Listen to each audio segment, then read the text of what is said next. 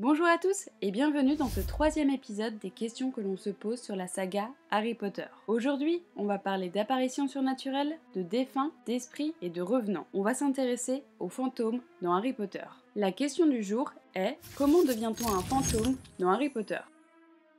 Dans le livre Harry Potter, A History of Magic, on apprend que J.K. Rowling définit les fantômes comme des sorciers ou sorcières décédés qui sont devenus des êtres transparents d'une troisième dimension. Ces êtres continuent à exister dans le monde des mortels. Les fantômes sont des esprits d'une personne morte qui hantent des lieux différents. Dans le monde magique que J.K. Rowling a créé, les moldus défunts ne peuvent pas revenir en tant que fantômes, à l'inverse de certains sorciers, on le sait. Je ne sais pas vous, mais je me suis demandé pourquoi, dans Harry Potter, certains sorciers deviennent des fantômes, tandis que d'autres non. Pourquoi certains sorciers ne reviennent-ils pas tout simplement sous la forme d'un fantôme ? Harry aurait pu connaître ses parents par exemple. Harry s'est justement posé cette question dans Harry Potter et l'Ordre du Phénix, suite à la mort de son parrain, Sirius Black. Pour avoir une solution à cette question, il rend visite à Nick Quasi-Sans-Tête, le fantôme de Gryffondor. Nick explique à Harry qu'il attendait sa visite, car lorsqu'un sorcier perd un proche, il leur arrive souvent de venir chercher des réponses auprès des fantômes. Dans le chapitre 38 du tome 5 intitulé La Deuxième Guerre commence, Nick déclare à Harry: les sorciers peuvent laisser sur Terre une empreinte de qui ils étaient de leur vivant. Ils peuvent se promener sous une forme affaiblie,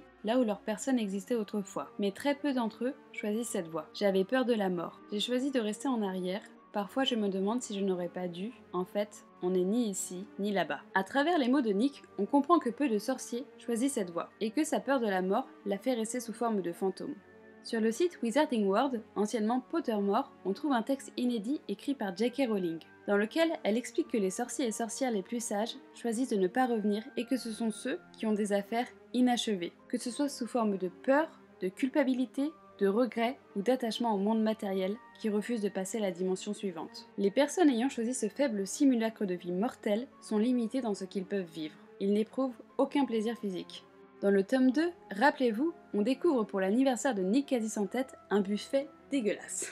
En fait, il est composé de poissons pourris, de gâteaux brûlés comme du charbon, d'hachis grouillants de verre et de morceaux de fromage moisi. Et le but de ces victuailles répugnantes étant d'essayer de faire ressentir quelque chose aux fantômes quand ils passent à travers. Les connaissances des fantômes et leurs perspectives restent au niveau qu'elles avaient atteint au cours de leur vie. Pour cette raison, les fantômes ont tendance à être de mauvaise compagnie, et c'est vrai que je sais pas vous, mais j'ai pas très envie de boire un thé avec le baron sanglant. Les fantômes ne peuvent pas répondre de manière exacte à ce que c'est de mourir, car ils ont plutôt choisi une version appauvrie de la vie. Les fantômes peuvent traverser des objets solides sans s'endommager eux-mêmes ou le matériel.